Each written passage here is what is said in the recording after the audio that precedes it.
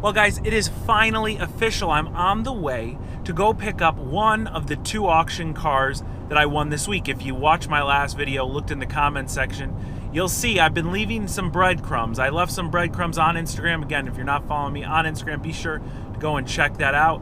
And also, on the last video in the comment section, I said I won 2 cars this week. Now, one of them is kind of, close by. It's a little bit over an hour away in Orlando, Florida, home of Disney World, Universal Studios, and all that stuff, and also an IAA location. And so we are going there. I've got a U-Haul on the back. One quick thing I wanted to mention about the U-Haul. They offer 2 different options. They offer one that's a dolly, and the dolly basically is the ones that you see where the rear 2 tires of your car are dragging on the back. And the other one is where all 4 tires are elevated. Now, I picked the larger one. It only costs about $10 more a day. And I picked it because you just never know when you get there if the tires are flat or if one of them has a tire or wheel issue. In this case, I'll give you a little hint. This is a flood car.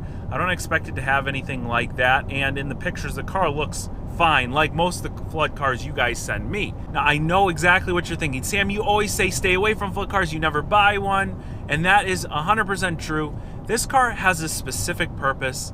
And it also was, let's call it fairly cheap.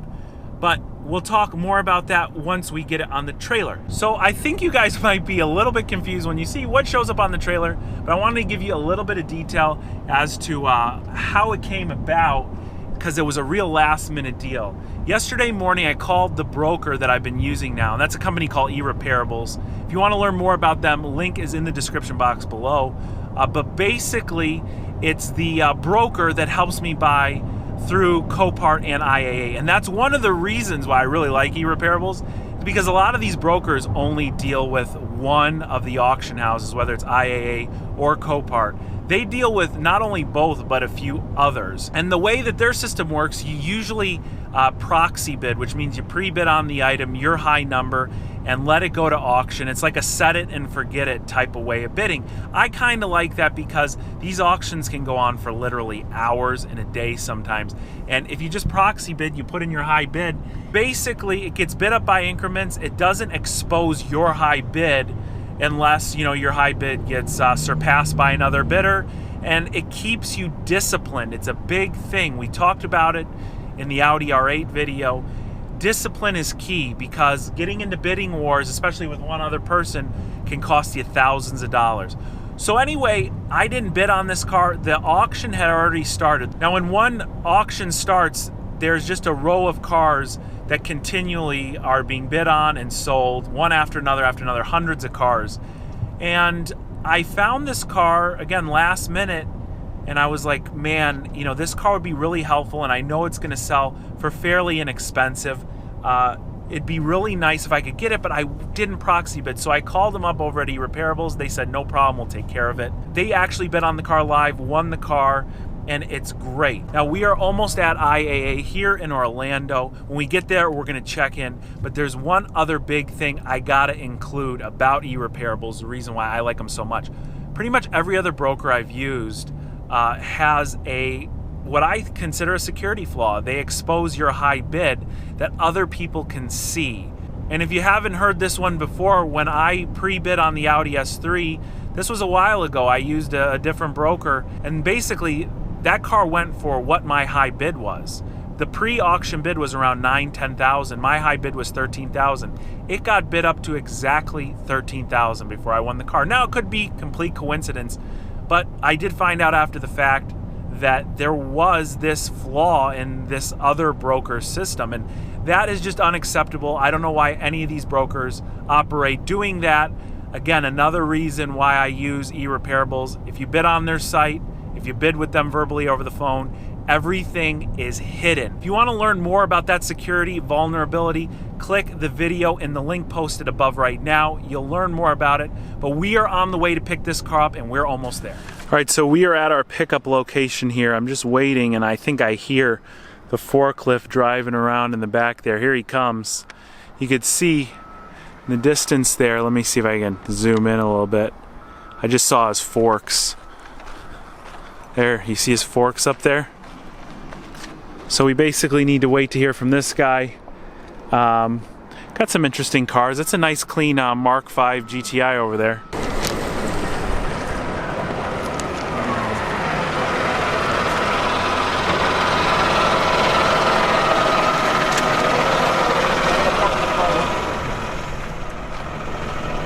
Is that our car, guys? I don't think so. Because I'm documenting me getting this car. Not this one, that one. Friendly guys over at IAA, friendly. Guys, be sure to hit that like button for the forklift drivers. They need a little bit of love, you know? I like how he thought I was trying to pick up that old Cobalt, like that's the one I really wanted. Which, by the way, this car is more exciting than an old Cobalt. Not that much more exciting. This is not going to be our main rebuild project. This is going to be part of another project. But you're about to see what it is. All right, guys, here he comes. I think that he's got it. I don't know. Just to spite me, he might be giving me that old Cobalt. There it is right there. There's the old Cobalt.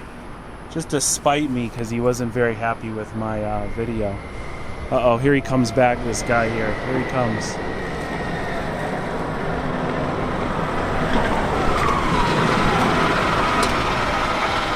Yeah. All right, guys, I hope you can see me, but that just yelled at me. Like, come on, I'm not walking back there filming cars, bro. He actually turned his forklift around to come and tell me. That's one big thing about these auctions, and everybody wonders, why aren't you going on site and recording these videos? And the reason is because you can't. They don't like cameras back there. They don't want you to see what's going on. All right, guys, my good friend, the forklift driver, has put the car on the trailer and he's gone. So I think I can show you at this point. We have a real piece of shit. It's a Chevrolet Spark. And this is a flood car. See how dirty and filthy these flood cars get? Now, the cool thing is here, we talk about water lines. Look at this. This is a clear line. That's our water line. So this car that didn't cost hardly anything probably could be revived from the dead, but unfortunately it's going to be disassembled and we're going to end up using it for parts. These cars tell a story with what's in there. Look, it looks like there's a piece of a skateboard in there. I don't know if that's the top to a vacuum cleaner or what in the hell that is. There's all sorts of crazy stuff in here. There's a credit card in it. Yeah. We'll go through everything a little bit later. It's dusty and gross out here, so let's get out of here and let's talk on the road.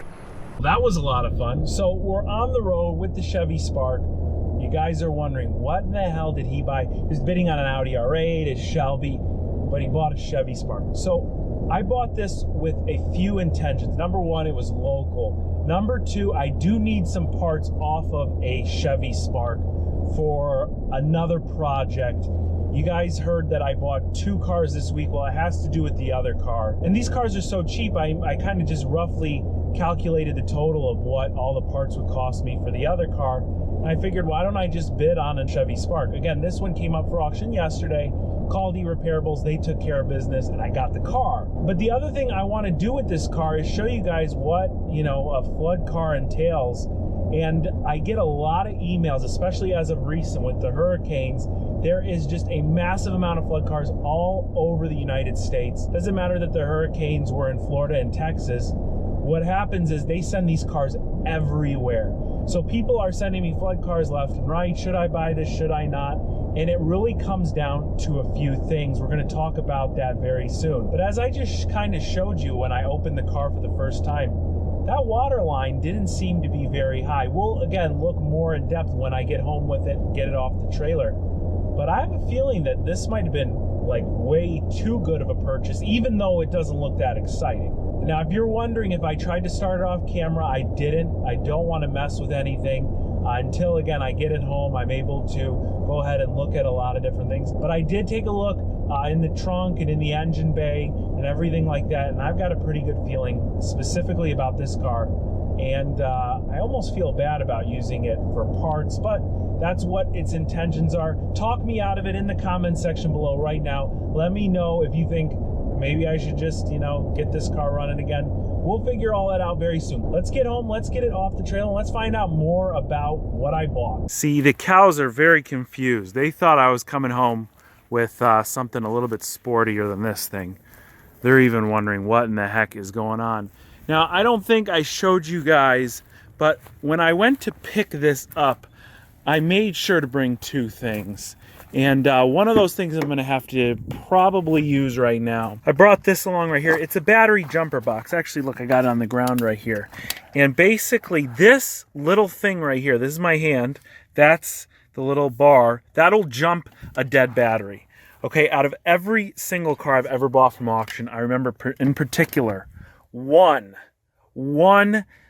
only one that actually started without a jump. They all sit so long, people get in them, people check them out, people leave the doors open, the batteries all die. So I'll leave the link to this one in the description box. Well, I like it because it's so small and it's got like USB chargers and you can charge all sorts of stuff on that. And of course, I've shown you guys this. Now, I specifically brought this, the tire inflator, for one reason, and that's because, come on, come on. Why we gotta be this close?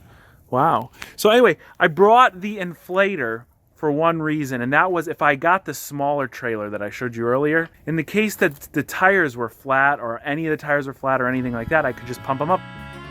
Now you can see here how filthy everything is, obviously. What I want to do is pop the hood. I'm gonna put this down. This person really decided to like leave all their trash in here. This obviously is not going to go into gear without getting some electricity on in the car. So, oh, hello.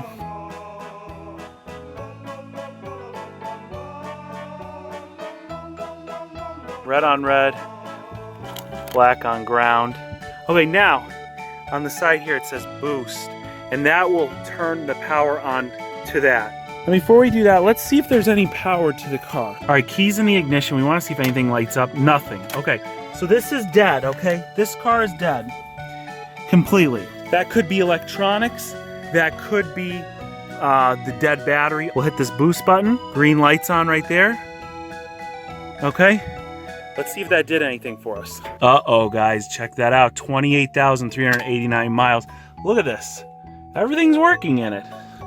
Let me get inside. The gear is stuck. The transmission shifter selector will not move back into neutral like most cars. You turn the accessory power on, you can move them back and forth.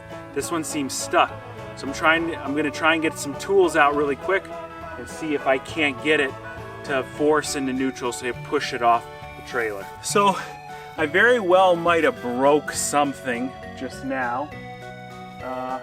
Not quite sure, but it does seem the car's rolling. Let's see what happens here.